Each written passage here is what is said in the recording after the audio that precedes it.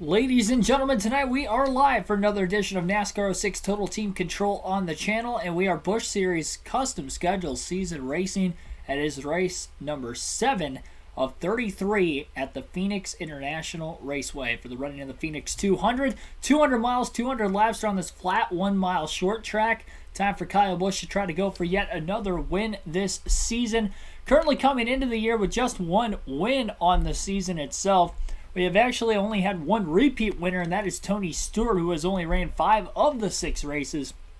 Stewart's still been so good so far this season, though, to the point in which he is still 7th in points, despite the fact that he has not ran all 6 races. So he is off to a great start. If he's in the field today, I'm sure he'll have a good shot to win. Kyle Busch will be on the pole en route to trying to go for his second win of the season. His only win was at Bristol under the lights in the 3rd race of the season. But so far this year, he has finished 8th or better in each of the 6 races and only has 2 finishes outside the top 4, which was an 8th place finish at Michigan in the last race and the season opener at Daytona, in which he had finished in 7th place. Hit that like button, subscribe for more daily NASCAR content. We're about to get into today's action. I will say Kyle Busch has not led a whole lot of laps on the season in the races he has not won in. Outside of Darlington, where he led 87 laps, but unfortunately finished in 2nd place for himself. He has led 28 or less laps in those other 4 races outside of Bristol, where he won and led 188. So it'll be interesting to see what statistics will bring today, starting on the pole on yet another short track. Toxic Punk Young Boy, Asaya Z, and others, welcome into the stream. Let's get this race underway. And I see Tony Stewart's not in the race. Tony Raines is going to be in the 33 car instead, once again, just like in the last race in Michigan. Green flag is in the air. Busch leads the field down into turn 1, and we are underway at Phoenix. Well, Rubbins racing in turns 1 and 2 between Busch and Martin. It's going to allow Ryan Newman in the 39 car to get down to the bottom of the racetrack. Busch is going to sideswipe Newman now to force his way down to the bottom. And Busch is going to hold on to the lead at Phoenix on the opening lap. A couple of aggressive moves. And he'll lead the first lap of the race for 5 bonus points.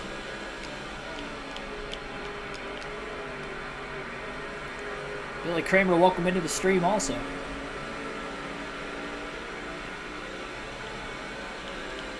Kyle Busch trying to go 7 for 7 to start the season in top 10 finishes. He's got a 54-point lead over his teammate of all drivers, Brian Vickers, in the point standings.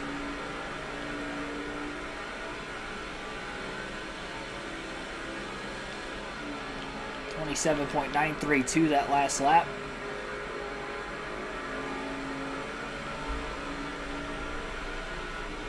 Not too shabby. I'm sure Busch will only have quicker laps as the race progresses.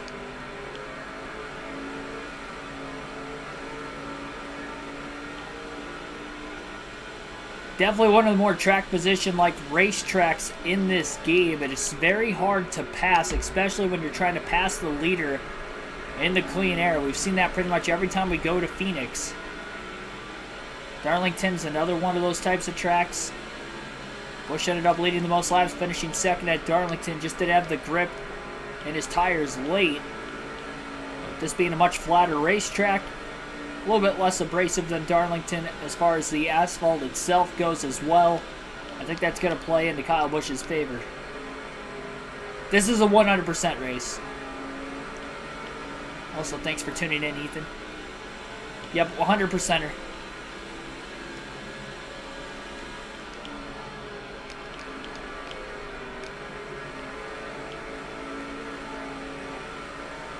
Newman's still hanging on to 2nd in front of the 9 of Mark Martin. Newman's got a couple poles this season. Kyle Busch just picked up his 3rd pole of the season. His other 2 poles came at Bristol and Darlington. So he's finished 2nd or better when he has qualified on the pole in those other 2 races this season. Next 50% race is probably going to be in the Truck Series again. I think it's like middle of the season before I get to my first 50% race for the Busch Series. Actually, I might get to 50% races for the Cup Series sometime soon, too. Not entirely sure. I think I have a couple early in the year there also. Mark DeMars, welcome into the stream. Alternate through the different camera angles of the first 8 laps of this race. Kyle Busch.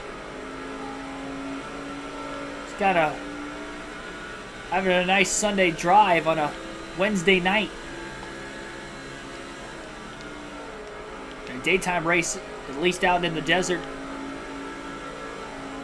Be a little bit less grip than the night race. It's the only trip to Phoenix on the season.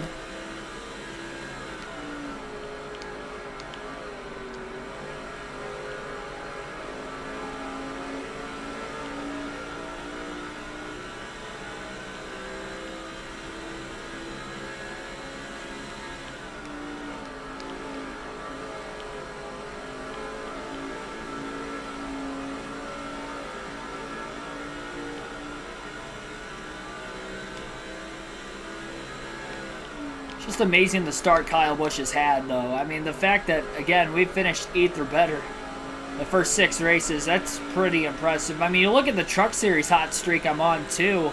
First 2 races didn't go Ricky Craven's way, but he's won the last 2, sweeping the doubleheader last night. And he's had 5 straight finishes in the top 3 now. And 6 straight top 10s in the Busch Series. I'd say I'm finally starting to find my way in these... Well, I should say this NASCAR EA Sports game specifically. Just took a little bit, that's all. It just took over a full season to finally get the hang of things. It's a lot of practice. Blood, thanks for tuning in. We got some Busch Series action. With a guy that goes by the last name of Busch.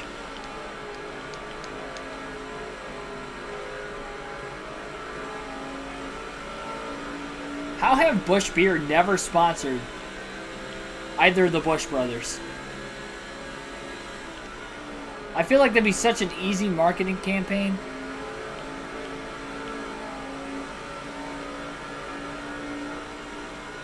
They're known for kind of having some corny commercials. They could definitely have some corny commercials if they had Kyle Busch as their guy. I can just imagine. Kyle's been in some weird ones before.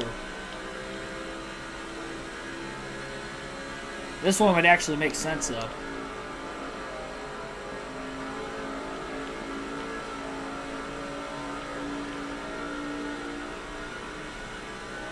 Can't tell for sure, but it looks like Shane Meal in the 32 car had passed Mark Martin that last lap for 3rd, and he is now right on the back bumper of the 39 of Newman. Going to try and make a pass. Newman really low, though, off the exit of turn 2 when he's able to hold on to his positioning. Will bounce off the curb for the first time today by Busch, but it didn't really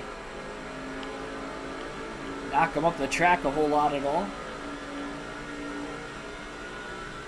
Slowly growing that lead out. We'll see if Shane Meal can try to close that gap just a little bit. Meal's another driver, though, that's had a great start to the season. There's 4 or 5 drivers that every race they seem to run in, they are competing for wins. Kyle Busch, Brian Vickers, both on a hot streak, obviously, to start the year. That's why they're 1-2 at points. But Shane Meals had some great runs this season.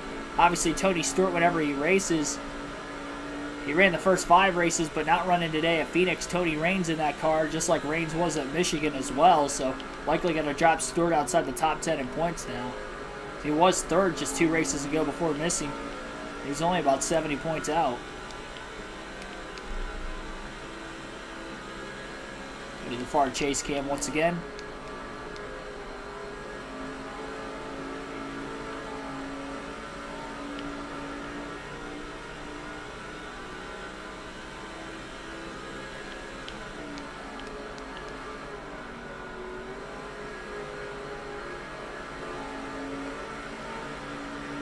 I believe Mark Martin is actually in 2nd place now. I don't think it's Ryan Newman anymore, and Meal had fallen back to about 4th. One way or another, he was up in 3rd challenging Newman. Martin somehow got around both drivers, despite Meal passing Martin a little earlier on.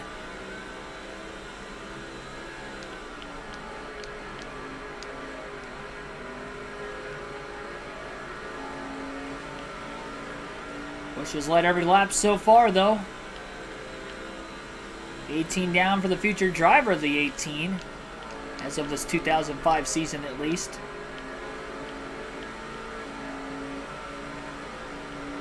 We'll go back to Brian Vickers in the 57 car for the first time. We'll see where he is running, as Busch has just ran his fastest lap. And how about Vickers having a strong start to the night as well in the 5th place position? And he is closing in on both Ryan Newman and Shane Meal right now through turns 1 and 2. Meal looking low, trying to maybe get underneath Newman again. Can't quite get there. Vickers has a run. He's going to go for it. Vickers all the way down to the apron.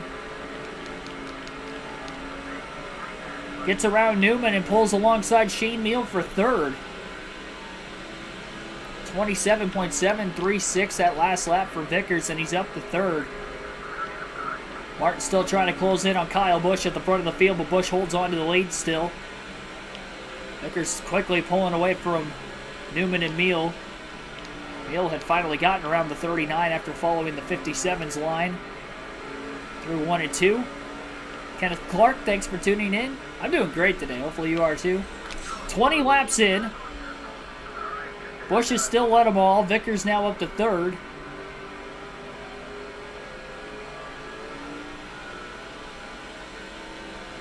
From a consistency standpoint, it is amazing what this two-car HMS team has done in the Busch Series so far. Thing is, though, are they peaking too early? Will they be able to keep this consistency up for the rest of the year? There's still 4 more super speedways left, and difficult racetracks like Dover and Charlotte for myself personally in this game. Levi Strauss Signature Speedway, California. Can't remember if there's another trip to Michigan or not.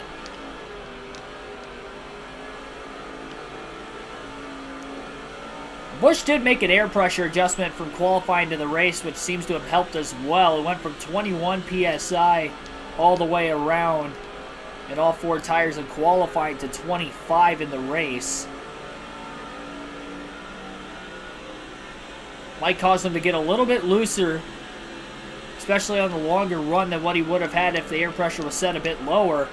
Mark Martin was closing in on Kyle Busch until he overdrove turns 3 and 4.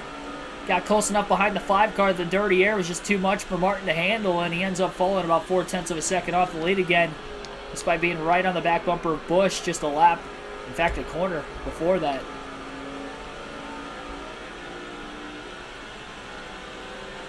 Busch season will be boring as far as the championship goes, but we can still have some good racing along the way.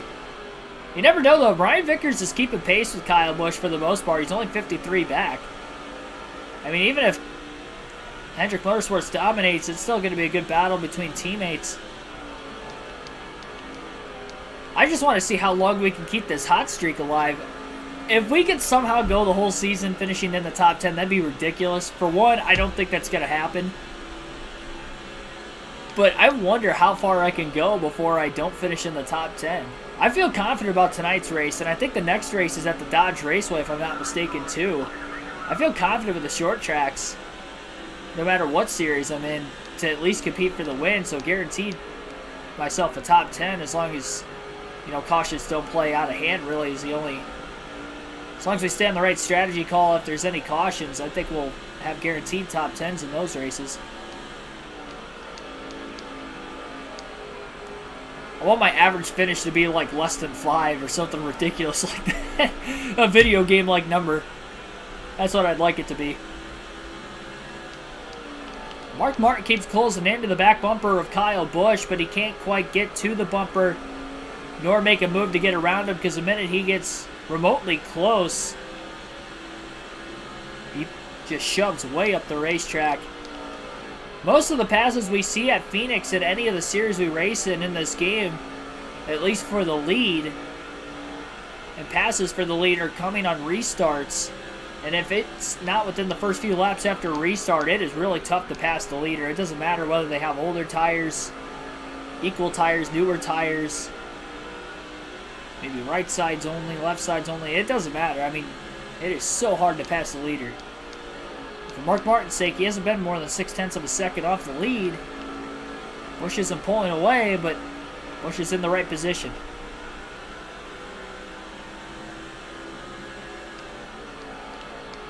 Bet the left eyeball season will have the most bare bones drama ever.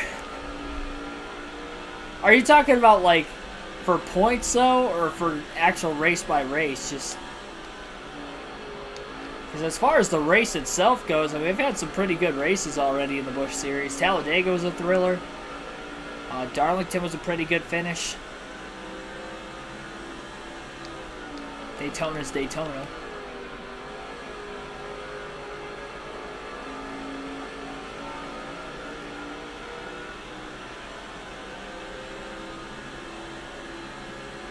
After Chatterley, thanks for tuning in tonight, as usual. Yeah, AJ officially to Cup. Heavily rumored over the last 24 hours, deemed official at 11 a.m. this morning, at least my time.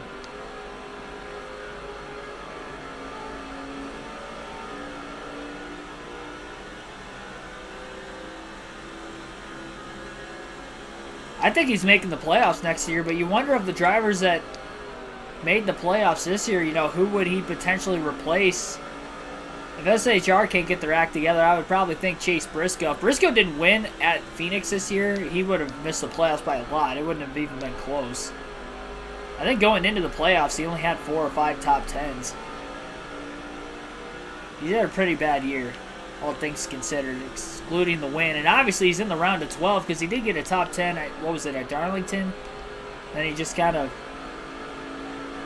didn't get involved in any accidents in the next 2 races in the round. Now he's actually above the cutoff line going into the Roval too. So despite not having a great season, he might actually make it to the round of 8. He's decent on road courses. Really, outside of Indianapolis and COTA, though, he hasn't really performed overly well on the road courses this season, so we'll see. And even in those races, at COTA he had a good finish. I don't think he had a great finish at Indy, though, despite running well in the early going of that race.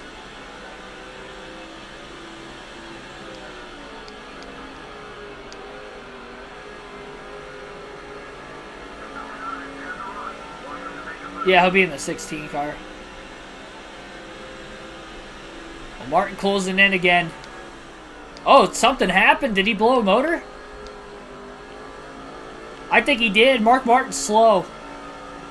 Very slow on the backstretch. He was pressuring Kyle Busch for the lead, and I think he blew a motor. Now he's just trying to get to pit road. And I think he'll be able to do so this time off turn 4. Problems for Mark Martin. That is just unbelievable. Another front runner to have an engine failure. We saw that in the Truck Series race last night, where John Hamilton blew an engine at Martinsville while leading nonetheless with just 24 laps to go. And now Mark Martin in second place early on after qualifying in second as well. Doesn't even get a lap let in and ends up blowing an engine while in second, contesting for the lead at lap 34. Michael Jordan's son. MJ Jr.? I have no clue. He didn't have too great of a Busch Series season last season. I don't think he's going to get a top 10 in points this year either. I could be wrong, but I probably won't be. Even in a video game. Even in a video game where it's more likely to happen, I would still bank on it not happening.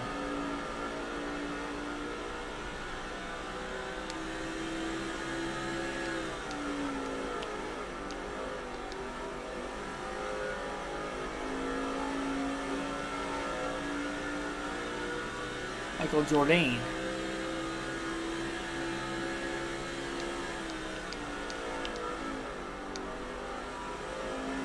Motor goes boom, yeah. We've been having a lot of engine failures with front runners in recent races. This is almost turning into the 2022 NASCAR season. Just hasn't happened to Kyle Busch yet, that's all. Hopefully it doesn't. Fingers crossed.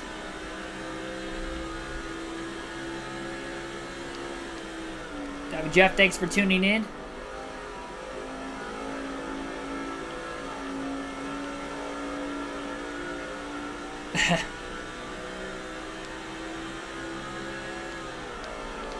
I don't even know if he's going to be in contention for me to do that in the first place.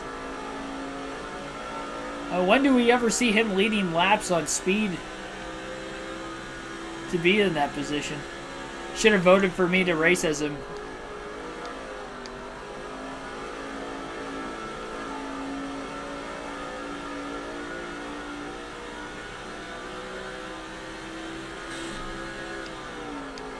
I don't even know how I scraped the wall there, but I did. Oh, got some smoke off turn 2. Probably close to having that first caution of the race, but ended up not actually having it. Good for Busch, continues to stay green, continues in the clean air. We don't know how this 5 car is going to be in traffic because he hasn't had to deal with any lap traffic yet in this race. And he's led all 41 laps that have been completed so far as well. Alan Barkley, thanks for tuning in.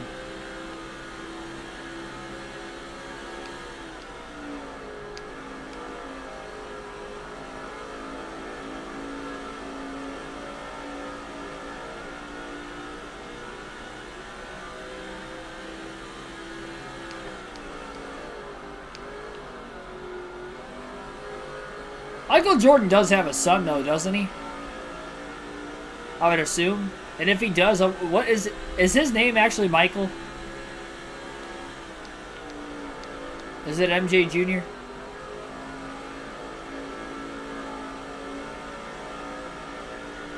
We need to get to the bottom of this now. Well, it's kind of a blowout race so far. Get ourselves a talking point one way or another. Looking like 2 stops, definitely from fuel mileage. Yeah, yep. Halfway on fuel at the line for Kyle Busch at lap 44, so it's a 2-stop race. Close to 1-stopper, but not close enough to even attempt to try to save. Probably going to be about 7 or 8 laps short on both runs.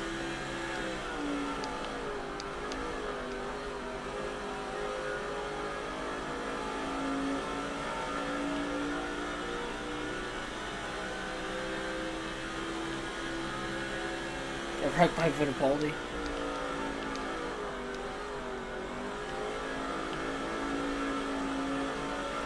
Jeffrey.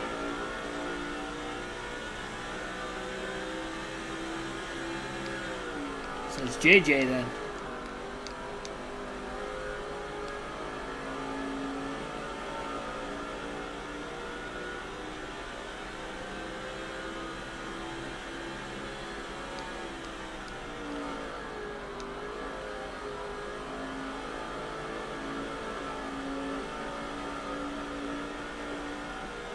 Yeah, no cautions yet in this race.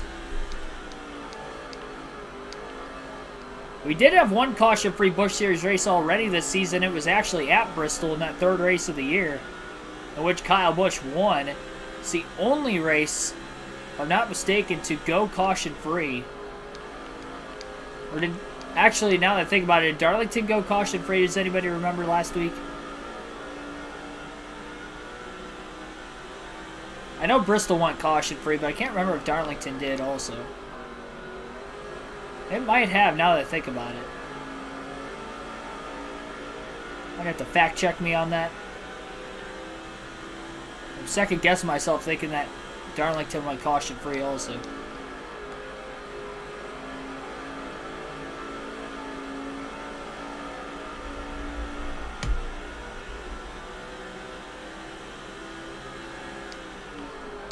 Rather punt Ross Chastain or punt Ricky Stenhouse Jr.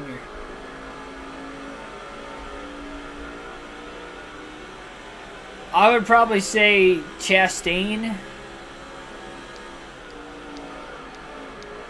Only because he would probably punt you whether, you know, you did anything to him in the first place or not. Don't think it did. And maybe it didn't. I feel like it would have been early in the race because there was a long green flag run to the end because there was green flag pit stops which led to the... Because I short pitted. I do remember short pitting because my car is really loose. And Torres, thanks for tuning in. 50 laps complete for Kyle Busch, the race leader and points leader. Shane Meal, the 32, slowly pulling away. Looking at the chat a little long there, but missed the dog leg. About undercut it. I mean, I guess technically there's no out of bounds. I don't want to be running through the grass every lap, though. GC1424 also, thanks for tuning in tonight. There's another there's another car down on pit road that just blew an engine. So we've had 2 engine failures in the first 50 or so laps of the race. Busch going a bit wide in 1 and 2, overdriving the corner a bit. Meal can't quite get underneath him yet. Been a while since anybody has pressured Kyle Busch, but Shane Meals turned it on. Past halfway through the fuel run, and maybe Meals got better long run speed. He's right there. We'll go back to Brian Vickers for the second and final time today. He's in 3rd place, about 1.8 seconds off the lead.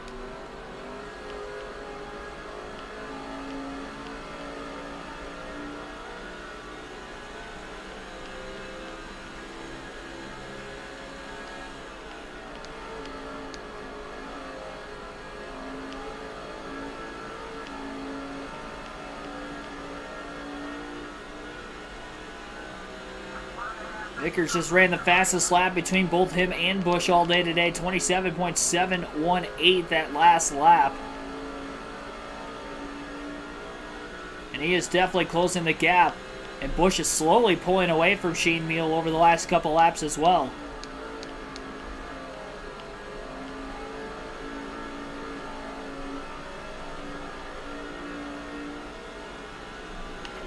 We'll go back to Busch.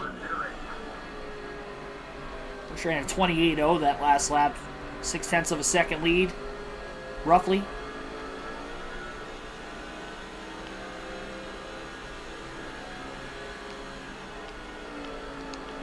Running 1 and 2. If you're talking about the point standings, yes. As far as the race goes, if you're talking about me and Vickers, I would assume. What you meant by that question, 1st and 3rd, as we just saw. Shane Meal is in 2nd place right now, 32. You got 3 Chevrolets out in front. Mark Martin was in 2nd place, challenging for the lead at about lap 34, but blew an engine. Gave Shane Meal 2nd place. Closed that gap a little bit on Kyle Busch. Not close enough to try to go for the lead yet.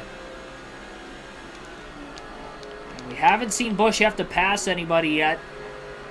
Not going to be an easy track to pass. It's going to be very narrow. I would imagine the lap traffic's probably going to crowd Busch and not make it easy as usual.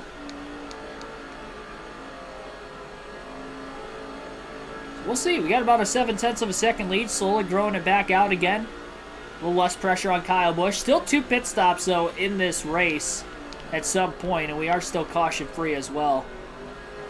GC1424, thanks for that $2 super chat, by the way. Vroom, yes. We're moving. We're moving today. We've been moving all season. We have finished in the top 8 in each of the first 6 races of the season, trying to make it 7 tonight at Phoenix. Went a little wide that time. Thought I was going to end up in the wall there for a second.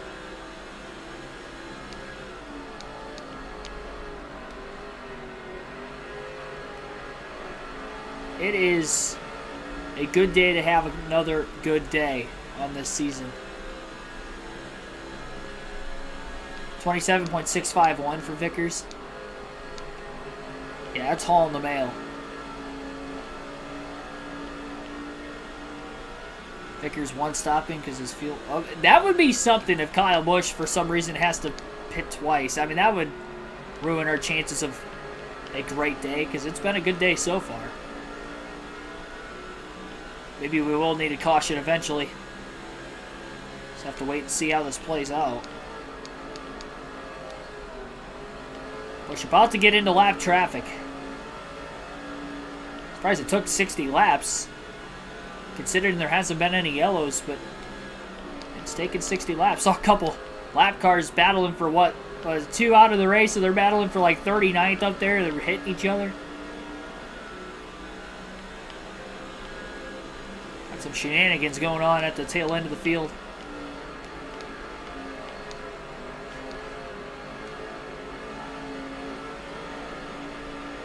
Busch now in this dirty air wake for the first time today. He's having problems trying to get around this first lap car. Kyle Busch, the only guy who has to pit twice. It is a Busch race and it's Kyle Busch. Maybe that's the most fair thing to do, though. This was before we knew who Kyle Busch really was, though, so maybe not. I don't know why I'm pacing that much less on fuel than everybody else. There was more contact in that battle for 39th. I think they're battling for 38th now because there was another car that just blew an engine and was on pit road. Let's just grew that lead out to about 0.8 of a second. He really can't get around this lap car. Finally gets underneath him in turns 3 and 4. And he gets crowded. There's a little contact. Busch makes the pass finally. A little space yet. These two cars are still side by side. They've been making contact a couple times. And that driver who has made and initiated that contact twice now still hasn't completed the pass. Now he will into 3 and 4.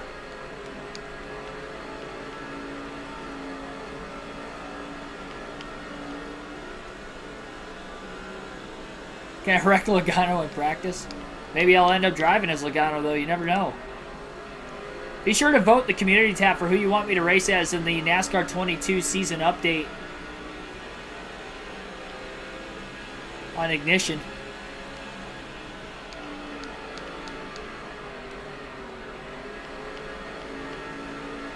Be doing a random season on there. I'll probably have to keep track of points myself, I'd have to assume, if I just go on to Race Now again, but let you guys vote in various polls, and then the winner of today's polls will be in more polls tomorrow.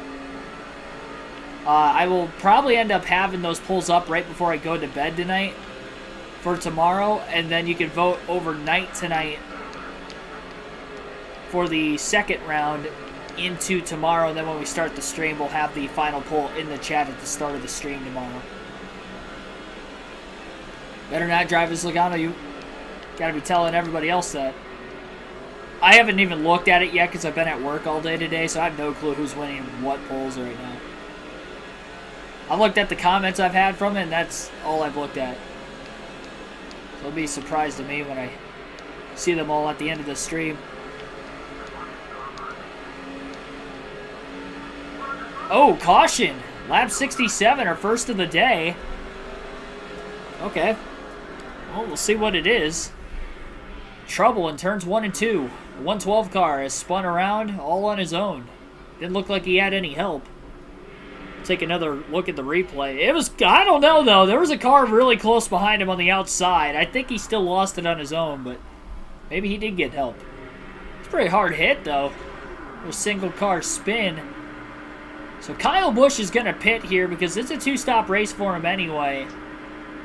And it looks like everybody else will follow. So Busch has led every lap so far through 67 under caution. It's going to be a 4-tire stop.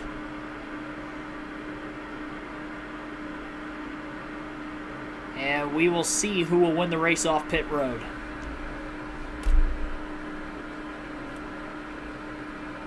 Yeah, everybody pitting for tires. That's nice though. I was kind of struggling in lap traffic. As long as I can get the lead out of the pits, that's the big thing. It's just so hard to pass here. Got to keep that track position, and this 5 team has been very good on pit road pretty much the entirety of the season so far. I'd say the quickest of the 3 series have been racing in. 15.9 second stop. That number 1 pit box, though, is going to be the winner off of pit road, and Busch is going to lose 2 spots. Looks like Brian Vickers had that number 1 pit box. He'll end up with the lead, getting 2 spots in the pits. Meal stays even and Busch loses 2. Green flag back in the air. Vickers going to get 5 bonus points for leading under the caution now, and these are the first laps. Kyle Busch has not led today. Shane Meal going for the lead. The lap car is holding up Brian Vickers on the outside lane now, and that might make an easy way for Shane Meal to get to the lead. Boyer, big bounce off the curb in 4th, trying to put pressure on Busch. So Vickers did lead under the caution. That's enough for bonus points. Don't have to lead under green to get those bonus points. And now Shane Meal in the 32 is going to lead his first lap of the day.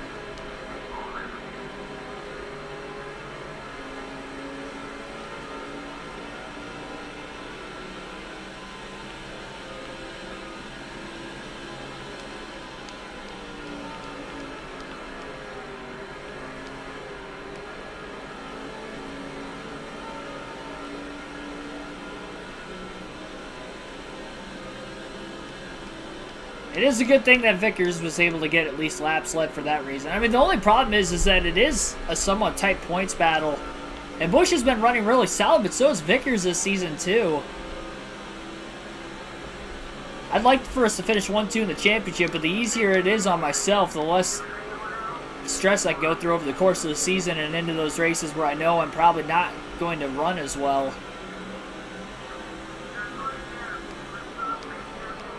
Busch can't even get close to these guys to try to attempt to make a pass right now. That was a great job by Meal getting around Vickers on that restart. It's going to be so tough for the 57 to get back underneath the 32 now.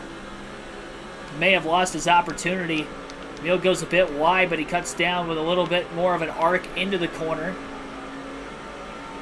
Top three all nose to tail right now, but nobody can pass one another. It's like the 2022 Next Gen Short Track package. Only back in 2005, Busch is actually going to be able to make a pass on his teammate Vickers, trying to stay low through the dog leg as much as possible without hitting that curb, and he takes the dive. So nobody's made a pass under green flag conditions for the lead yet on a non-restart, except for now. Kyle Busch is going to be the one out in front as he clears Shane Meal with a clean pass off turn 4. And after 75 completed laps, Busch is back in the lead for the second different time tonight. And Vickers will follow his teammate now to get to second.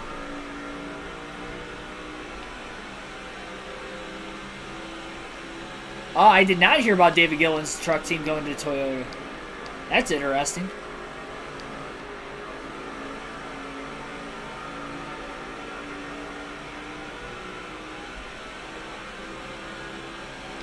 It's also interesting when you consider the fact that Haley Deegan was in the Toyota development program.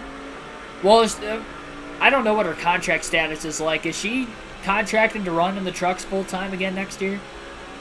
That'd be odd, though, her leaving Toyota for Ford. And then the team she's with switches to Toyota. But no, I did not hear about that. That's interesting.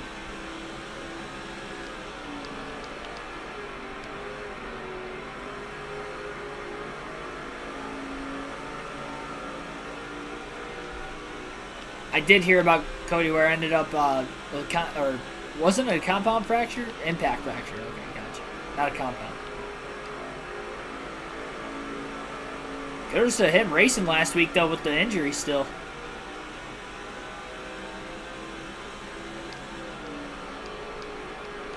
I was going to say, there's no way he had a sprained ankle. The fact that he couldn't walk. I mean, maybe he doesn't have a very high pain tolerance. I mean, I guess that's possible, but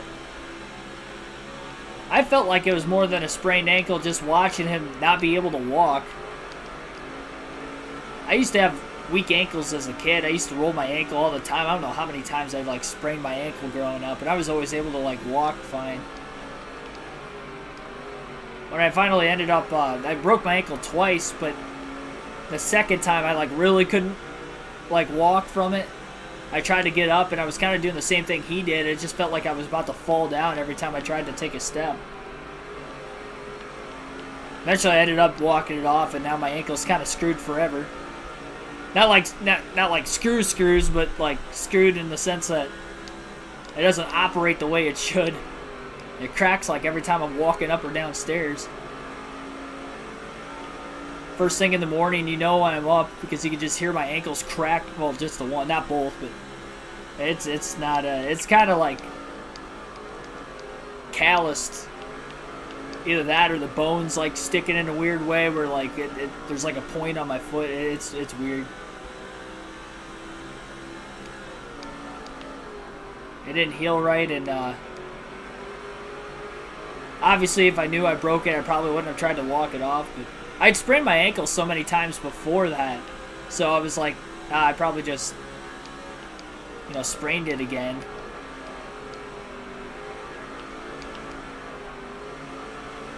Breaking bones like it's nothing. What a chat. I just have a high pain tolerance. I mean, it was painful, don't get me wrong, but it wasn't like I'm still able to walk. But anyway, I had, you know, I know how hard it can be to walk on it, and him struggling as bad as he was trying to get out of the car and even just stand on it, I kind of figured it wasn't a sprained ankle. And that's why when if you go back to the live commentary stream that we had, and when that wreck ended up actually happening and taking place, that's kind of what I'm no doctor by any means, but just like having an injury like that before, I kind of had an idea of about what it was. I wasn't sure if it was exactly the ankle or not, you know, or the leg, but I figured something had to have been pretty wrong for him to be able to not withstand putting pressure on it. But kudos to him to actually being able to put pressure on it over the week or so before he got his second opinion. And whoever his first doctor was telling him that it wasn't broken.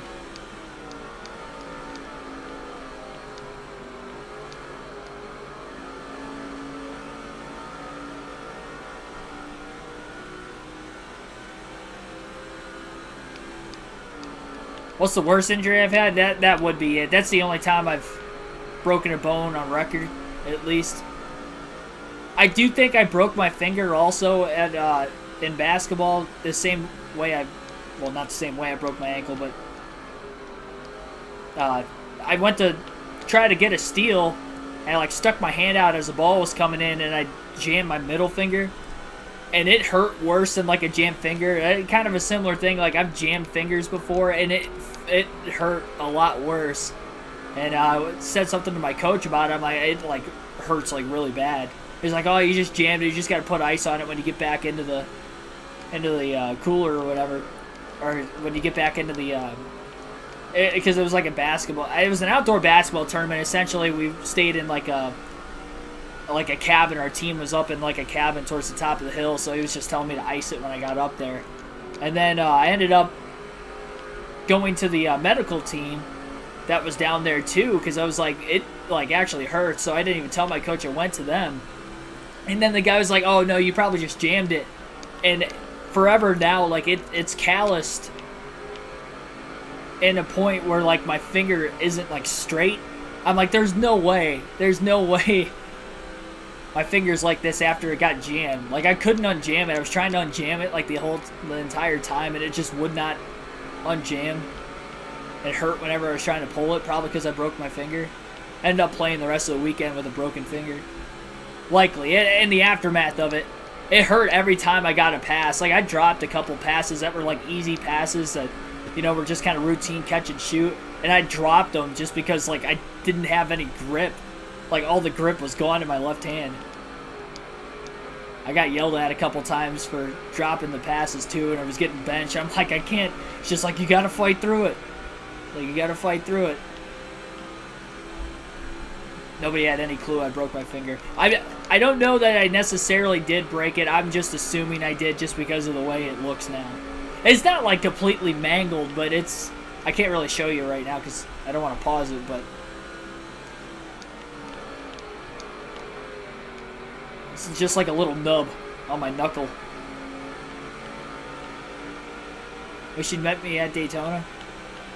Well, I usually keep you guys updated on what tracks I go to for. So, if you know I'm going to a race for sure, man, hit me up. I like seeing you guys in person too. Had a few of you come up to me now at the random races. I'm surprised nobody came up at Talladega. I don't know if any of you guys ever going though. But there's been a few occasions where I've seen some of you guys. There will be trivia today, yes. And we are getting close to it. I will have to look it up though, so I guess I will pause it at that point. Almost halfway, 8 laps shy of it. Cars One Boy also thanks for tuning in tonight. Playing the Packers, Madden 23. Bridgewater threw 5 picks. I don't think that's the record, but it's got to be pretty darn close.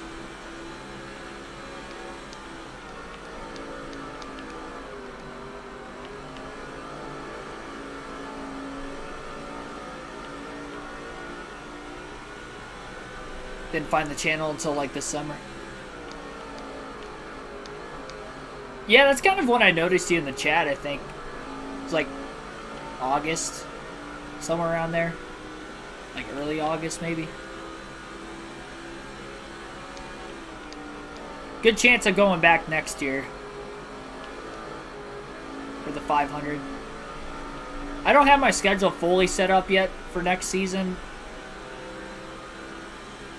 Just kind of waiting on a couple things before I start like really.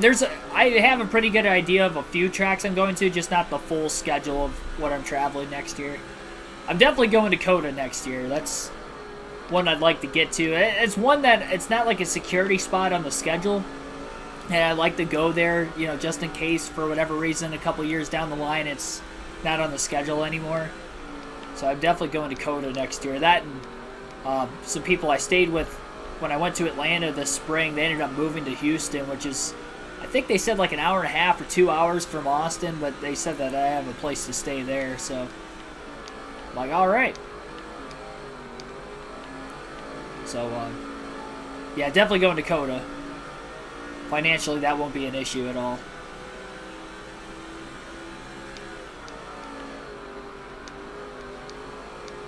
And then likely Daytona. I will probably go to the Bristol night race again next year. That's just kind of my annual tradition at this point, is to just go to Bristol once a year. Likely Talladega. Michigan's local for me, so those races I can definitely count on going. Everything else, though, I'm not entirely sure. There's probably another track or two I'd like to get to that I haven't been to before. I usually try to throw a few of those in there on top of like the regular trips to those other 3 tracks I mentioned, but I'm not sure exactly which ones yet.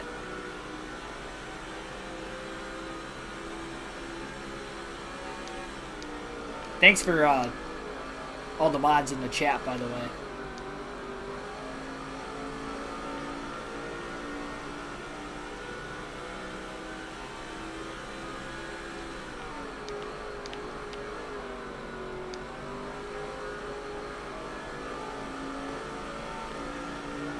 Casual 8/10 of a second lead for Kyle Busch in the clean air. It does seem like on the longer run is where Shane Meal seems to be maybe a bit better than him, but by that point it's tough to get around the leader. Kyle Busch is the only driver who's been able to pass the leader on a non-restart so far today. And even then it was within the first handful of laps after a restart when he had caught up to Shane Meal and Brian Vickers after cycling third off of pit road.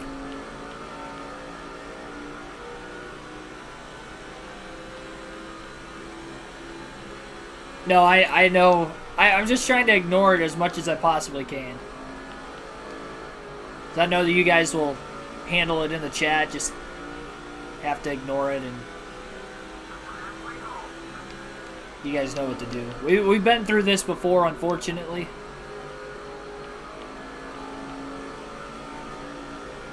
Crimson Storm 34, thanks for tuning in. I would love for Rockingham to come back on the schedule. I'd like to go there for sure. I feel like that's kind of similar to like a Darlington as far as just like a cool old school feel, but it's still an intermediate track kind of thing. It's very unique, to say the least. I mean, I guess it's kind of like Nashville of the tracks we currently have. The only difference is Nashville's concrete and Rockingham was asphalt. Similar shape, though. Shape and size. A little over a mile.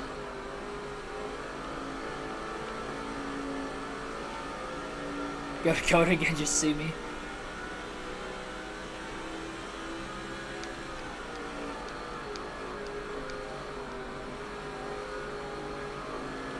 Don't break your back trying to go there just for that reason.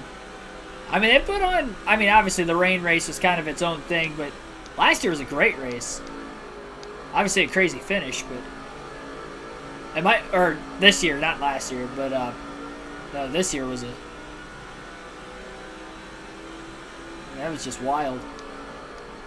I'd probably say, what do you guys in the chat think the best finish has been so far this season?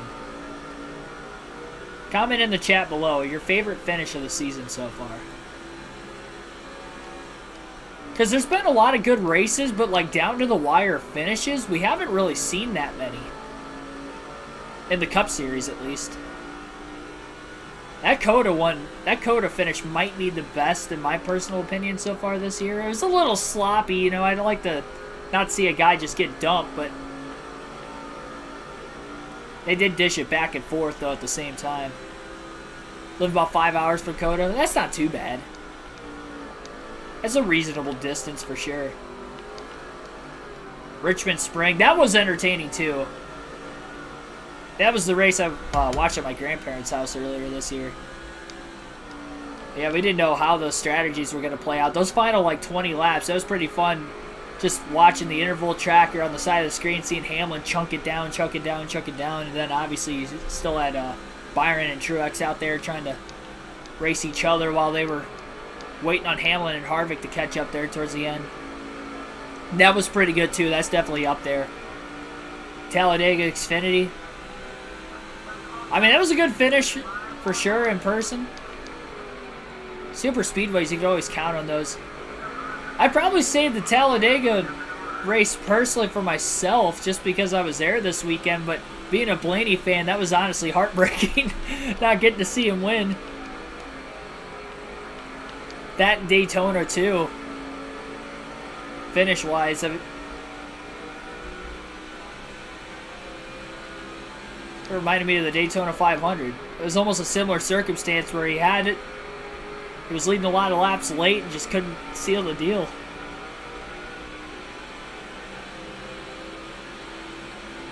Neil slowly closing back in. We've had some cars pit over the last handful of laps because the fuel window's open to make it to the end of the race.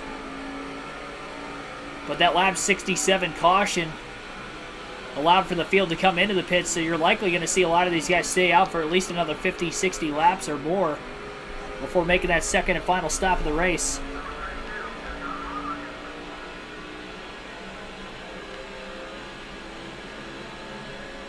Yeah, Auto Club is a really good one too.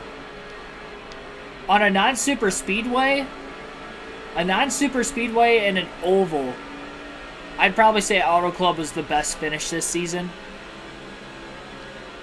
On an oval that isn't a super speedway. As far as, like, close. I thought Suarez was going to get his first career win at the time there. Got the lead on the restart.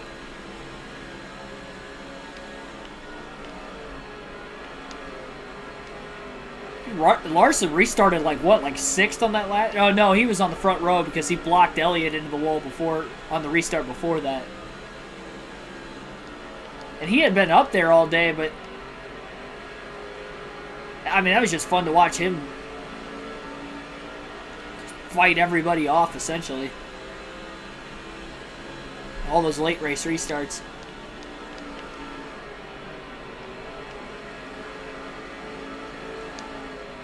Bristol and Dover on the bucket list. Dover's pretty cool. The race itself was kind of one of the more boring races I think I've ever been to in person, personally. I was there in 2021. Last season, yeah.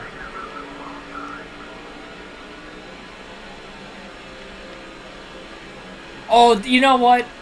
I have to say Dirt Bristol was my favorite finish of the season. JC just reminded me of Briscoe. Bristol's my favorite finish in person. That place is going nuts when that happened. Being there in person.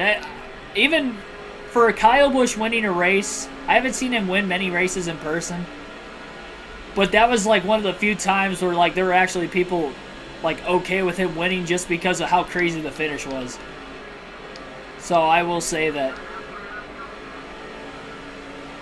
Dirt Bristol this year was probably my favorite finish.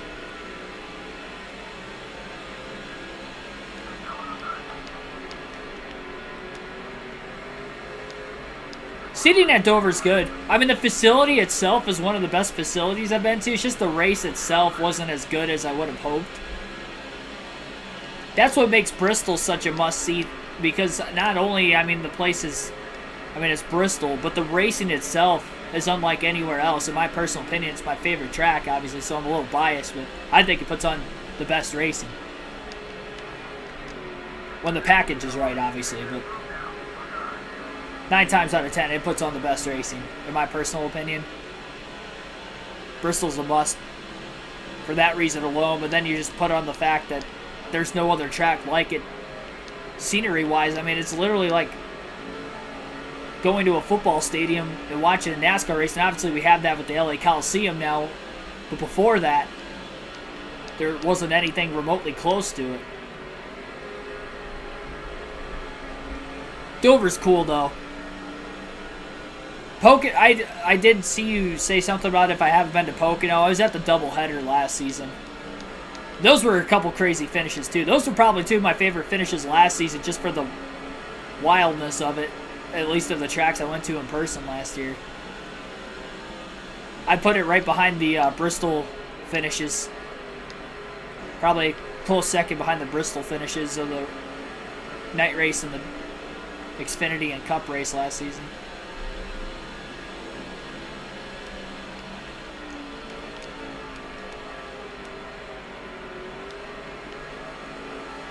Friend of yours planning to move to Indy soon. Indianapolis is another one of those go-to like facilities. I highly recommend going to the Indy 500, even if you're maybe not as much of an IndyCar fan. I need to focus a little more here. So overdrove the corner, clipping the apron a little too much, and Matt Kenseth is just taking the lead on the outside. Away from Kyle Busch, but the lap car still in Kenseth's way up high. And Busch is going to be able to use the lapper as a pick to get back by Kenseth again anyway. So Kenseth never actually led a lap to get any bonus points in there.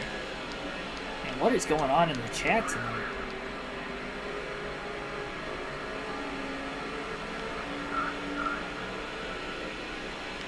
Now, Coda was definitely up there. I'd probably say Bristol.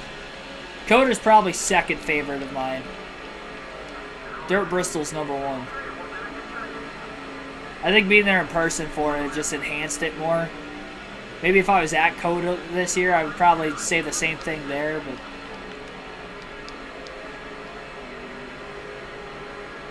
I don't know where Matt Kenseth come from. I thought Shane Meal was behind me the whole time. I got to talking, and now we got a battle for the lead. Again, for a lack of focus, I guess.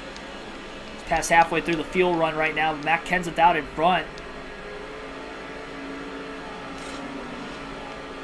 Busch trying to intimidate him.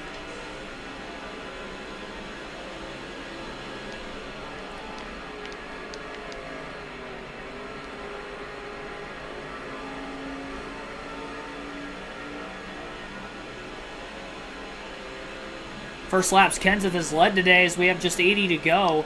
His teammate Mark Martin was competitive early, but he blew an engine.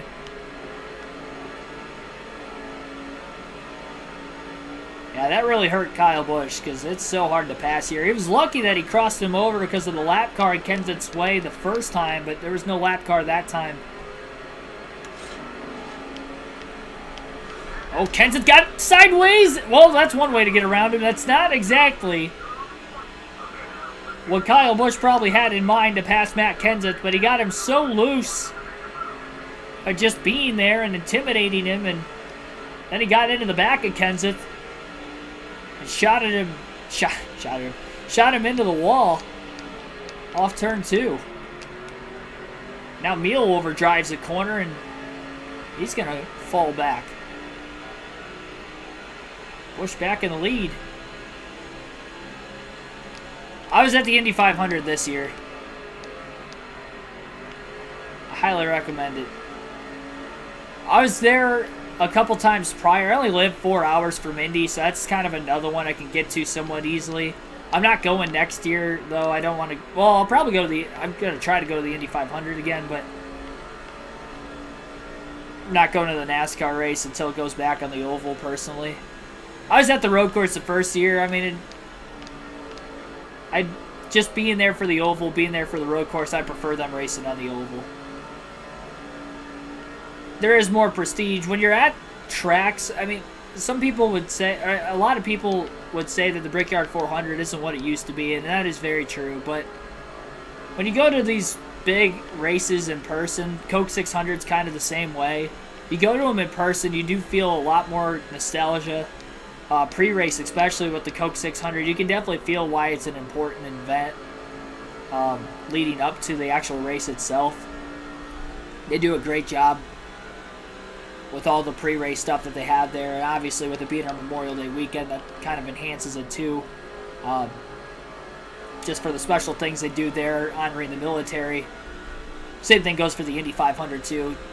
Just being at the events in person, you can definitely feel the nostalgia trip a lot more than what you can through the lenses on TV.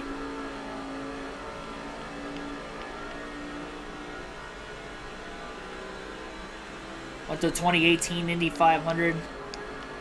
Left with 20 to go. Got lost looking for your dad. Oh, jeez. Found him in beat traffic. Yeah, traffic, I mean, it took me like 2 whole hours to get out of Indy after that race. So I don't think I got home till like 10 o'clock. By the time we got to our car, it took about 10 hours to get out of Indianapolis. Or 2 hours. Did I say 10? It took 2 hours to get out of Indy. Got in the vehicle at 4. Didn't actually get out of Indianapolis until about 6. Then I had the 4-hour drive and got home at about 10 to catch the final like stage and a half of the 600. Car guy, thanks for tuning in also. Yeah, Connor Daly running in the Cup race this weekend at the Roval. For the money team, I believe. He's a pretty cool personality. I mean, that's definitely somebody that you would want in your sport, personality-wise, so. And obviously, anytime you have some sort of bleed over from another motorsport is probably going to attract more of those fans as well. IndyCar season's done now, too, so gives maybe IndyCar fans more of a reason to watch NASCAR potentially for the first time this weekend. Or for an extra time. Might have somebody to root for. Also be near IRP.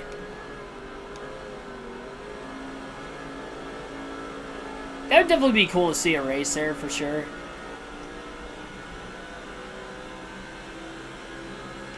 Assuming that the trucks can still race there, maybe even the Xfinity Series goes back and they run the Cup Series at the big oval, then I'd definitely go to all those events that weekend.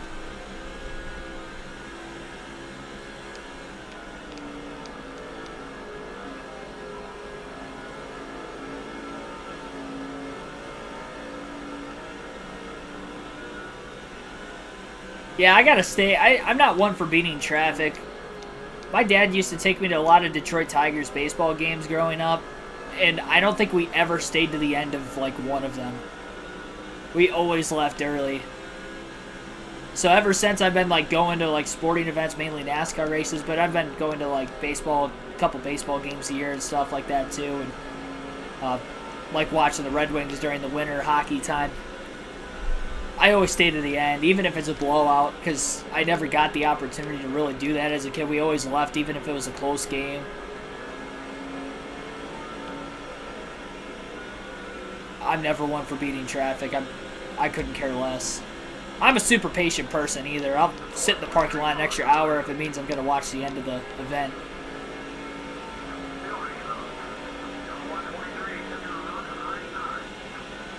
Usually if it's a blowout anyway, everybody leaves early, you stay to the end, and there's no traffic anyway, so you might as well stay and get your money's worth. Even if beating traffic's a big thing of yours, I mean, you might have more traffic leaving because everybody's trying to leave early anyway.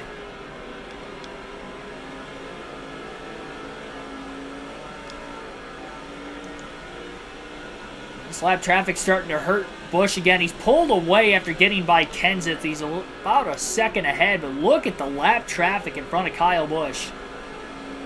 At 65 laps to go this time by, Busch has absolutely dominated this race. But there is a ton of lap traffic in front of him, and he's not going to be going anywhere. It might give an opportunity for Shane Meal to try to close that gap again. Tyler Burback also welcome into the stream. Racing at Indy. Oh, IMSA.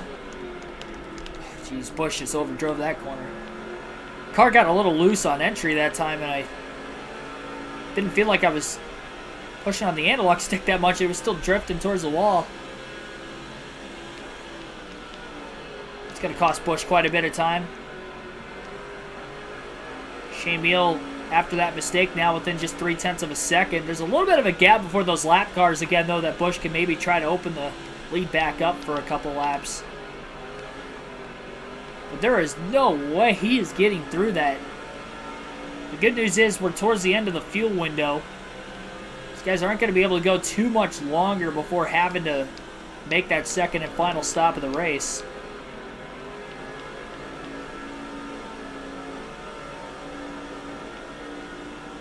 IRP Milwaukee back-to-back in trucks, yeah.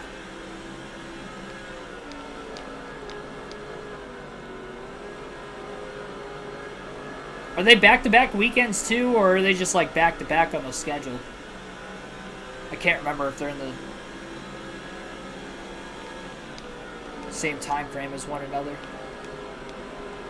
It's just good to see more races in the Midwest in general. As a Midwesterner myself, it kind of stinks that a lot of these races have been getting chopped off the schedule in the Midwest lately, within the last handful of years. Like, I'm one that'll travel, obviously, to races mainly for the channel purposes, but if I didn't have the YouTube channel, you know, I don't know that I would necessarily... I definitely wouldn't be traveling to, you know, tracks like Kansas like I did this year or something, just because nothing really prestigious about it. I'd like to get to every track, you know, at least once, but that wouldn't have been one I definitely wouldn't have gone to as early. Kind of same goes for like Dover and all that, and Pocono. Kentucky's not on the schedule anymore. Iowa's gone from all three series. Milwaukee was, obviously. Road America got chopped for Chicago. Chicagoland left for a while. There's been just a lot of races. The Brickyard 400 isn't really even on the oval anymore. So. Xfinity Series isn't at Mid-Ohio anymore either. They got the Truck Series now, which put on a good race last year, but just chopping. Eldora's not on the truck schedule anymore. 3 wide.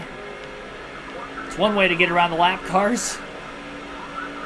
Busch actually got through there with no contact. There was contact behind him, though, as the 108 car got squeezed into the wall by the 157 underneath him. There was contact between the two cars. Probably going to hold up Shane Meal even more. Busch has actually gotten through this lap traffic a lot better. We probably could have expected him to get through the lap traffic.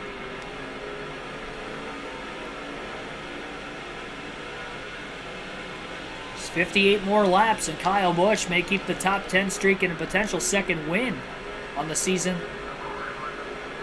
in the stat book.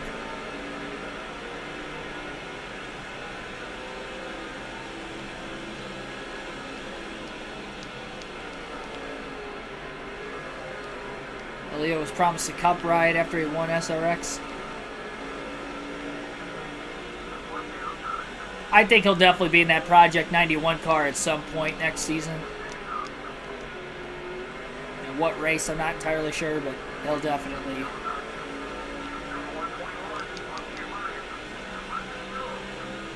be in that car if I had to guess some point next year.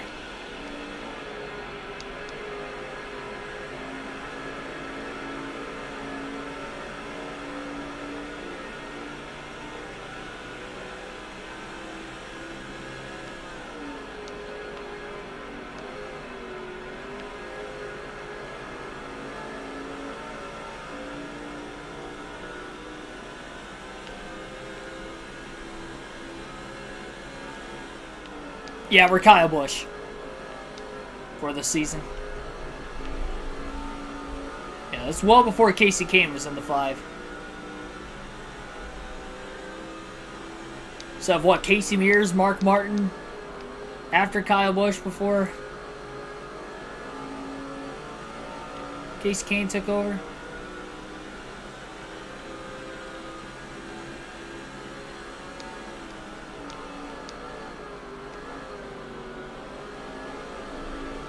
1.3 second lead for Busch, just over 50 laps to go.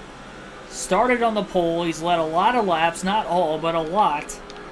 Probably led all but 10 laps so far in this race. Right around there. A little bump to the back of the next car in front of him. He has been overly patient today, I'll tell you that much. It's working out so far, at least.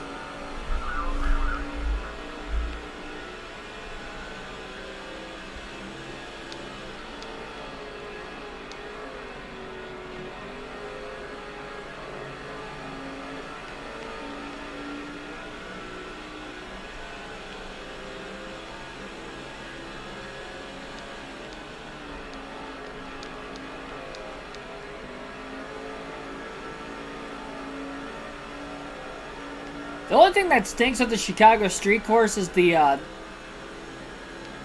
there's two things. One, you know, I prefer Chicagoland on the schedule personally and go into another city. Just because we have Chicagoland already. And then two, the attendance. I think the attendance could be much more than what they are capping it off at. Aren't they only capping it at like 55,000 fans or something like that, or 70,000. It was a number that I thought that they could get more people there to see the event. I can't remember the exact number, but it was relatively low, especially considering like what I thought could have been possible, especially at a big city like Chicago, population-wise.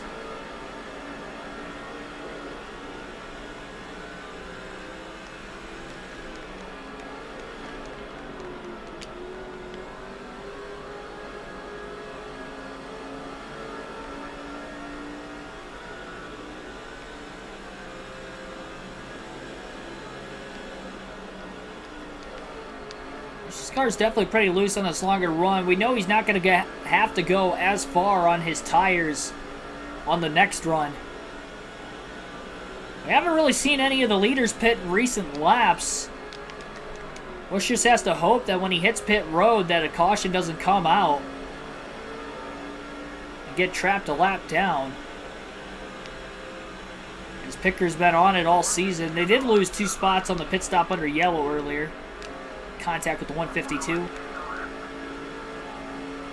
A bump and run for Busch to get around him. More clean air on Busch's front bumper. 48 laps to go at the line. Busch is going to stay out this time by, and then he'll end up pitting at lap 154 will be the plan.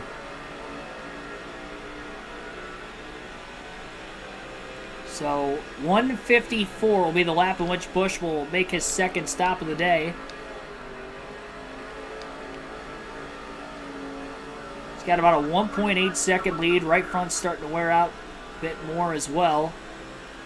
It'll be a 4-tire stop. Just has to hope they cycle through. No need to make any more adjustments. This car's been pretty good. Last thing I want to do is make an adjustment and it not be stable anymore, so better safe than sorry. Into the pits goes Busch. Down and away, 4 tires and fuel. Got the pit road without speeding. Oh, for sure. Kind of the same way the LA Coliseum did in ways, too. I mean, wasn't the TV rating, like, pretty high? Well, I mean, it was obviously higher than usual Clash races, but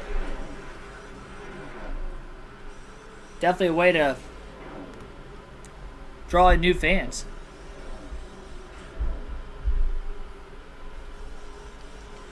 Got 30 people watching, by the way. Thanks for everybody tuning in tonight. Hit that like button if you haven't done so already as well. We got 22 likes currently on the stream. So Shane Meal will take over the race lead for the second time today. Kyle Busch is leaving pit road after making a green flag stop as we have about 45 laps to go. And everybody else who has not made their final stop yet will still have to pit one more time. We've had just one caution today, and it was way back at lap 67. This is the longest of the 2 green flag runs so far.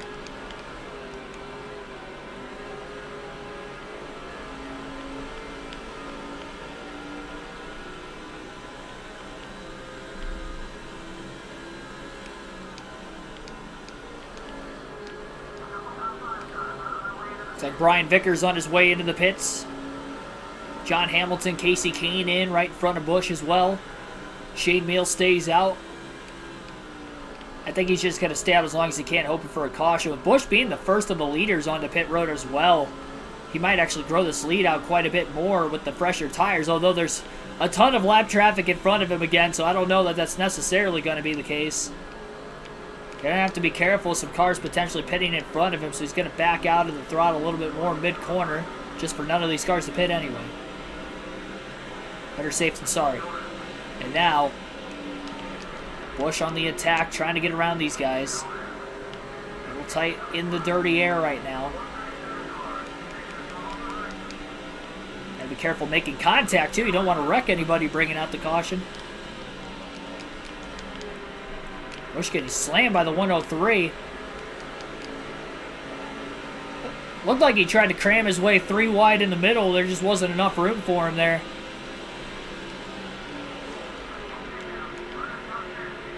Busch back in the top 10, and he is back on the lead lap. Meals on pit road currently. That car coming out of the pits. Busch with a run on the 117 in the dog leg. Deep dive into the corner, gets under the 64 rather. The bump and pass there. Now under the 86. Bobby Labonte is the leader. He still has not pitted, but Busch is on the lead lap at least, so if a caution came out, will likely cycle back to the lead. Just saw Shane Meal leaving pit lane. Busch easily going to cycle out in front of him.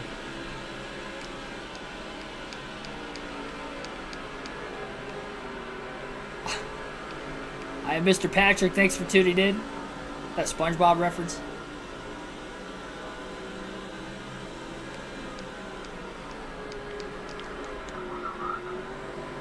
I've seen the clip, but I don't know that I've listened to the actual commentary from the clip.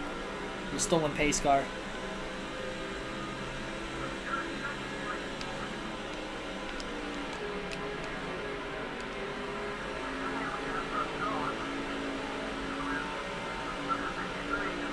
A lot of clean traffic now in front of Busch with 39 to go.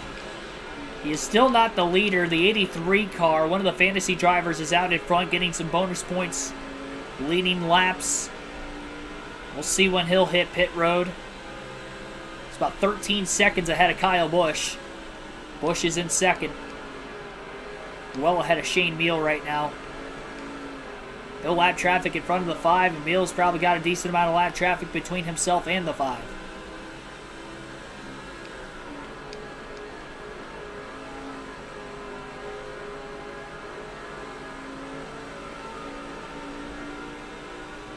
'83 car staying out again.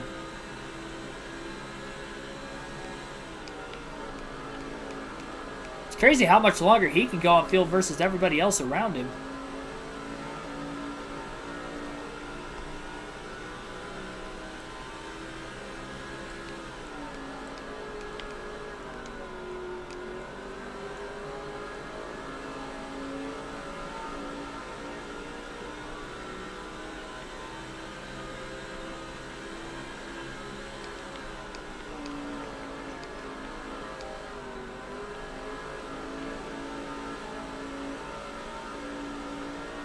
There's no way he's going to be able to make it.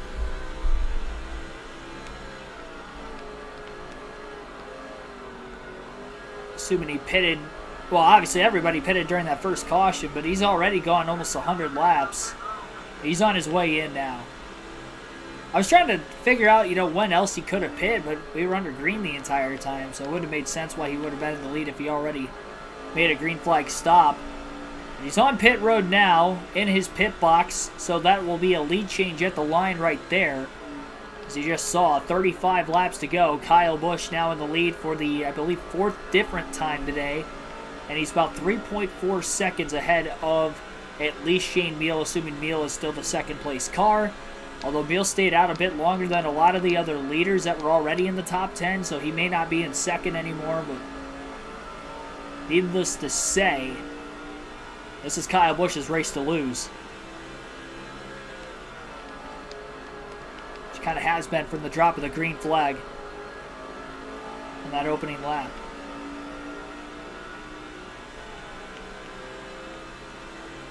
Joel Flork, thanks for tuning in also. Busch is still growing that lead as well. I mean, I'm sure the second place is probably dealing with traffic and maybe even in a battle for position as well. Can't really see that far back. Busch just ran his fastest lap of the race, too. 27.588 that last lap. He's got his biggest lead of the race, and he's only getting quicker. That's scary.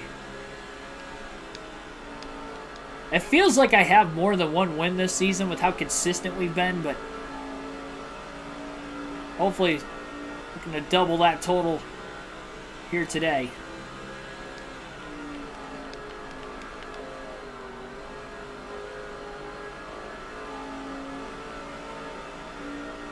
Still 32 laps left, though.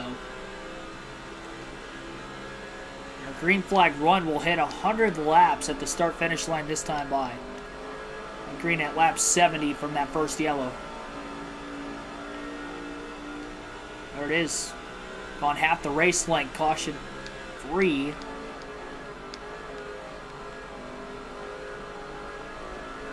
It was the 112th car who had spun off the exit of turn 2 all on his own, which brought out the early yellow.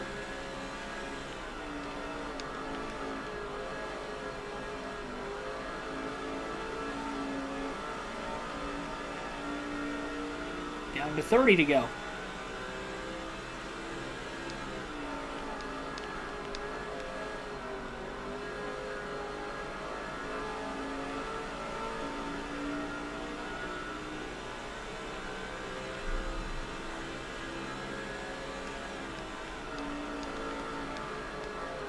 I'm ready for hockey season to start back up again.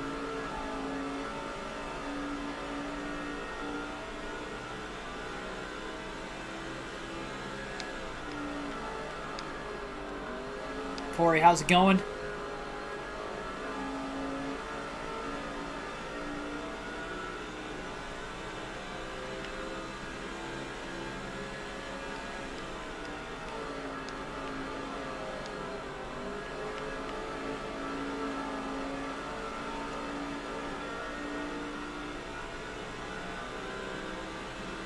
No need for Busch to rush desperately to get around this next lap car in front of him. A lot of clean traffic in front of this one car. And he's got a 4.5 second gap over second. Needs to not make a major mistake here.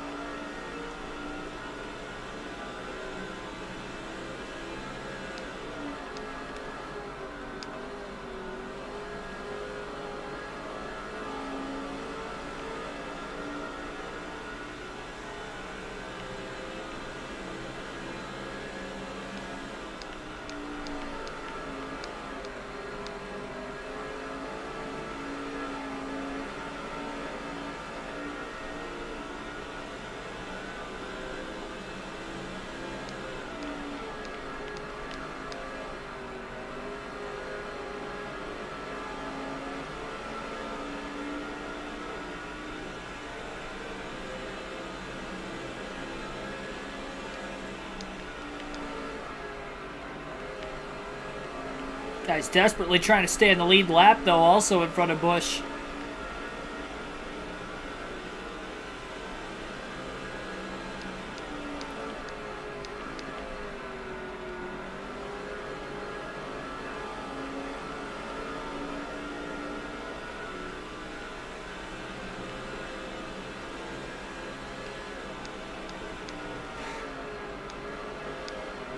I did see about Kevin Harvick's penalty.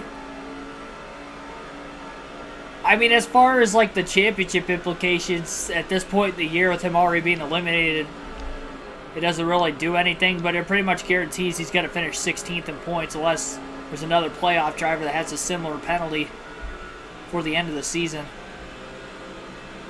I don't know where he was at in points off of the other drivers that are eliminated. Maybe he still had a shot. I don't think he did just because he's had a few DNFs already in the playoffs.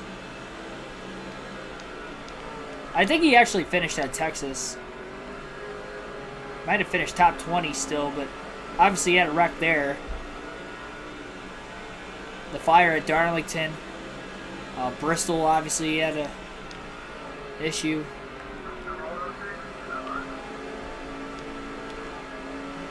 Oh, trouble! Right in front of the leader, and Busch just misses it off turn 4. Caution's out with just over 20 to go. Wow, that was a close call for Busch. He was underneath the lap car in the middle of the corner when the 184 had spun right in front of him. And very lucky the 106 didn't go down the track after contact with the 184 and turned Busch, who was already underneath him. Caution is out.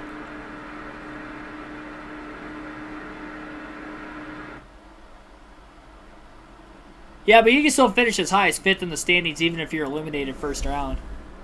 You just can't finish in the top 4. Because Harvick finished 5th in points last year and he was eliminated in the round of 12. Green flag back in the air. Busch trying to get to the bottom. Couldn't get down in front of the lap car in the 112 on the inside lane, but he will get down to the bottom of the backstretch off turn 2. Holds on to the lead. Driving it in deep and now trying to get around the 112 car as quickly as he can, and he'll clear him off turn 4. 18 laps to go at the line. A late scare there for Kyle Busch. Got to hold on to the lead on the restart. I don't even know who's in second right now. So many lap cars in the way. If we do get a caution and a restart with 10 or less laps to go, all the lap cars will be behind the lead lap cars. It costed Vickers the lead when he restarted out in front after the first caution. I believe Shane Meals in second, and he is underneath the lap car, the first lap car, I guess, into 1 and 2 this time.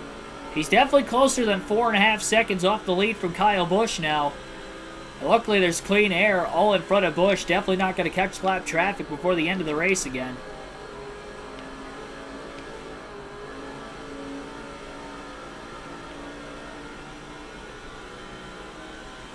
.184 just lost it on his own, also bringing out that caution similar to the 112 way back off turn 2 on lap 67.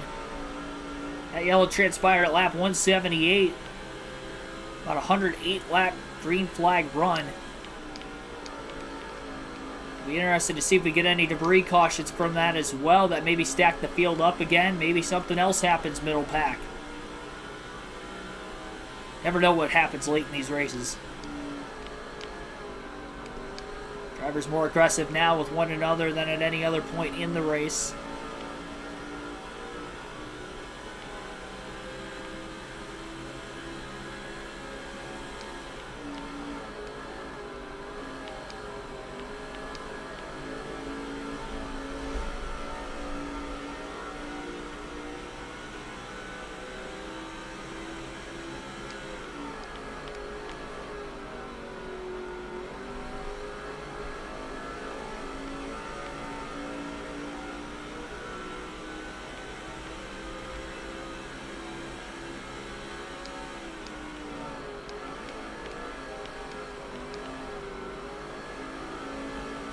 Harvick's been pretty good on road courses, though, so far this season, so it's going to stink not having Rodney Childress in the pit box next weekend at the Roval, too.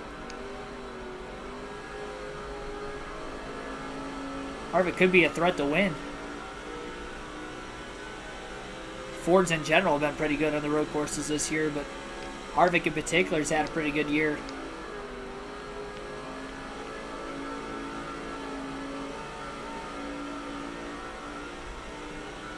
Those tracks.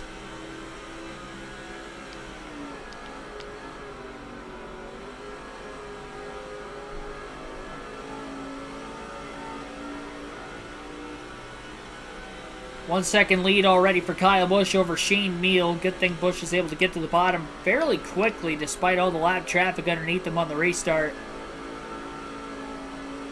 Granted, stays green this time around.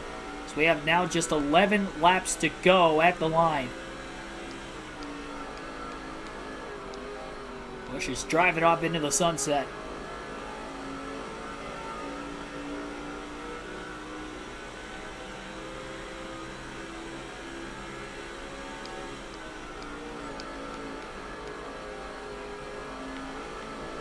Bright side, if we do see another caution, at least we don't have to worry about it happening in front of Kyle Busch again like it just did.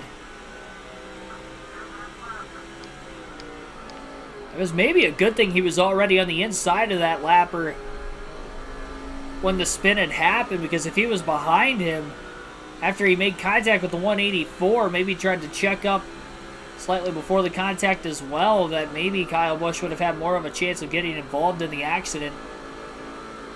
He wasn't involved. He was able to keep the race car clean as he has most of the day, and really all day as far as keeping the speed in it. No severe damage. Although we did see Ricky Craven flip and win last night at Atlanta in the truck race. First time we've seen anything like that on the channel.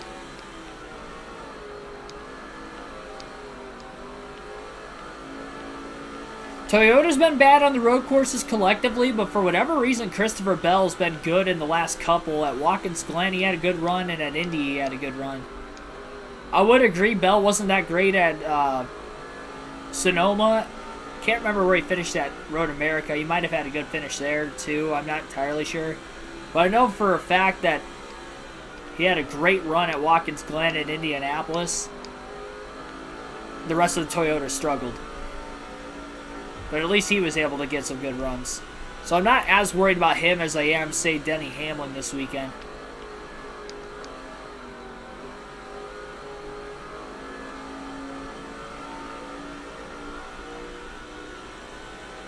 Reason why I had Hamlin being eliminated in this round in the playoffs.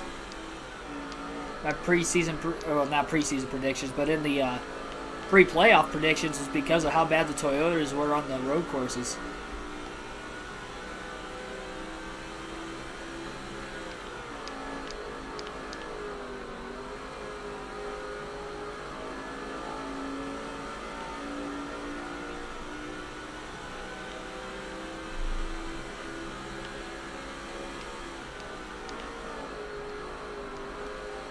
Five laps to go at the line for Busch. Almost a 2-second lead over Shane Meal in second. His hot streak will continue as well as Busch's, as long as it stays green and no major issues happen to either one of the two at the front of the field. Had a lot of engine failures and front runners over the last 48 hours on the channel. Really 24 hours, because just got back into streaming again last night.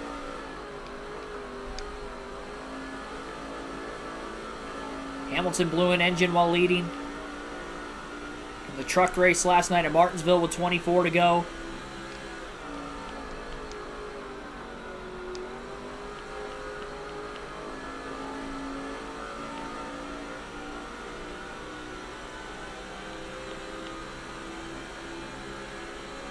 Now, Harvick's penalty wasn't because of Twitter. No, that had nothing to do with it. I think it was, what, modifying an X-Gen piece or something? Basically the same type of penalty that McDowell and Keselowski had earlier this year. L2 penalty.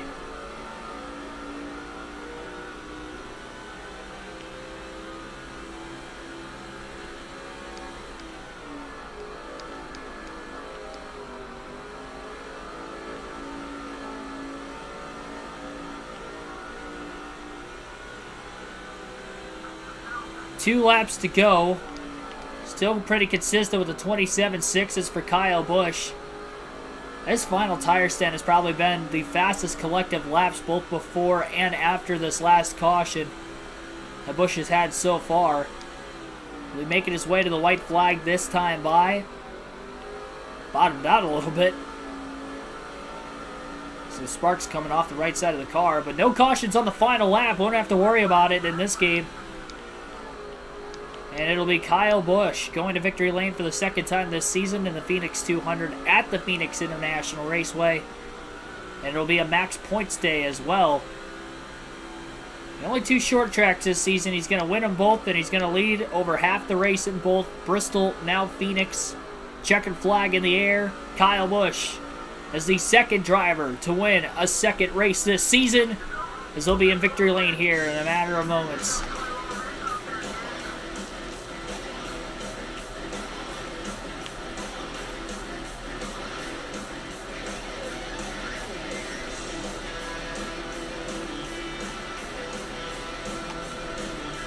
A little interesting with that late caution, almost causing Kyle Busch to get in the wreck with it happening right in front of him, but he missed it to the inside. He didn't have to go into the pits, repair any sort of severe damage because he missed the wreck and allowed him to hang on to the lead on the last restart for those final 16 laps. And pulled out pretty quickly to over a 2-second margin of victory. We'll take a look at the point standings after we take a look at the updated finishing results. Another 1-2 finish for Hendrick Motorsports as Brian Vickers ends up sliding into second in those late laps, and Shane Meal fell from second to fifth in the closing laps as well. Vickers ends up with 2 laps led. It was both under caution because he won the race off pit road when everybody pitted during the lap 67 yellow very early in the race. But good enough for 5 bonus points there. Solid day. 1-2 finish again, though, for Hendrick Motorsports. We had a 1-2 finish with Roush last night at Martinsville, so getting used to these 1-2 finishes with these 2-team organizations in the feeder series. Clint Boyer ends up finishing in 3rd place today. No laps led for him. Tony Raines had a solid run starting mid-pack as well, finishing in 4th. And Shane Meal led 10 laps today, ends up finishing 5th. John Hamilton 6th. Matt Kenseth ended up leading 3 laps, finished 7th. Casey Kane ended up 8th. Lance Trigger 9th. And Brandon Miller will round out the top 10 after starting deep in the field. And the only other leaders were basically just because of green flag pit stops. Just about half the field finished on the lead lap. Roughly 24 drivers on the lead lap total at the end. And let's see here. Mark Martin blew an engine back on lap 34 while running in second. Jamie McMurray blew an engine at lap 50. Ryan Newman blew a motor at lap 61. Those were the 3 drivers who DNF'd. And the only 3 drivers that DNF'd in today's race all early on. 2.2 second margin of victory. 1 hour 41 minutes. Total time of today's race. 118.53 miles per hour is the average race speed. And only 12 lead changes total in today's race. 42nd to 7th for Kenseth. Yeah, he was up there. I mean, he led on speed, and then we got into him after I intimidated him. He got loose in front of me. I got into him, then he ended up in the wall, and he was nowhere to be found after that, at least in the battle for the win. All right, we'll take a look at the point standings. Next race is going to be the Dodge Motorsports 300 at the Dodge Raceway. Not sure exactly when that will end up taking place on the channel, but that will be the next Busch Series race. We've got some NASCAR 22 action coming up tomorrow night. Our Daytona 500 with the NASCAR 2022 season update on Ignition. Again, that will be tomorrow night, 6 p.m. Eastern Standard Time. Won't want to miss it. It'll be interesting. It'll be new for all of us. And you guys will get to pick the driver I will use for that season, virtue of various polls in the community tab. So if you have not voted in the first round polls, be sure to do so, because at the end of the night, probably between 10 and 11 o'clock Eastern Standard Time in the next couple hours, those polls will close. And then the winner of each of those polls will be in various polls for round 2, which will take place until the start of tomorrow's stream. And then the winner of those 4 polls that I will have overnight tonight and into the morning and early afternoon tomorrow, those 4 poll winners will be in the final poll at the start of the stream tomorrow. So we won't know until the start of the stream tomorrow who I will end up racing as in that season. So definitely want to stay tuned for that. As far as the point standings go, because Vickers was second in points, he led a couple laps there to get 5 bonus points, and then ended up finishing second. Busch doesn't extend that lead much, despite leading all but 20 laps today, but 68 points there. Shane Meal had a top 5 solid day. He's only 161 back. But despite being early in the season, surprising that the points are as spread apart as they are. I think a lot of that is because a lot of the Cup regulars that were running those early races this season are starting not to run as many races like Tony Stewart. I mean, Stewart's missed the last 2 races. He's 10th in points still. Just imagine if he didn't miss the last 2 races, he'd probably be right up there with Vickers and Busch for the championship. I'm sure of it. Again, the fact he hasn't even raced, that's literally 0 points in the last 2 races. Even if you start, you get, I think, 34 at minimum just for starting and finishing last with no laps led. So he's missing out for sure. But thanks for everybody watching. Again, hit that like button if you haven't already. Subscribe. I'll see you guys tomorrow at 6. Vote in the polls in the community tab. And we'll have, hopefully, some fun with with the season update tomorrow on NASCAR 21 Ignition. Our 2022 season will begin Daytona 500. See you guys tomorrow night, everybody. Have a good rest of your Wednesday evening.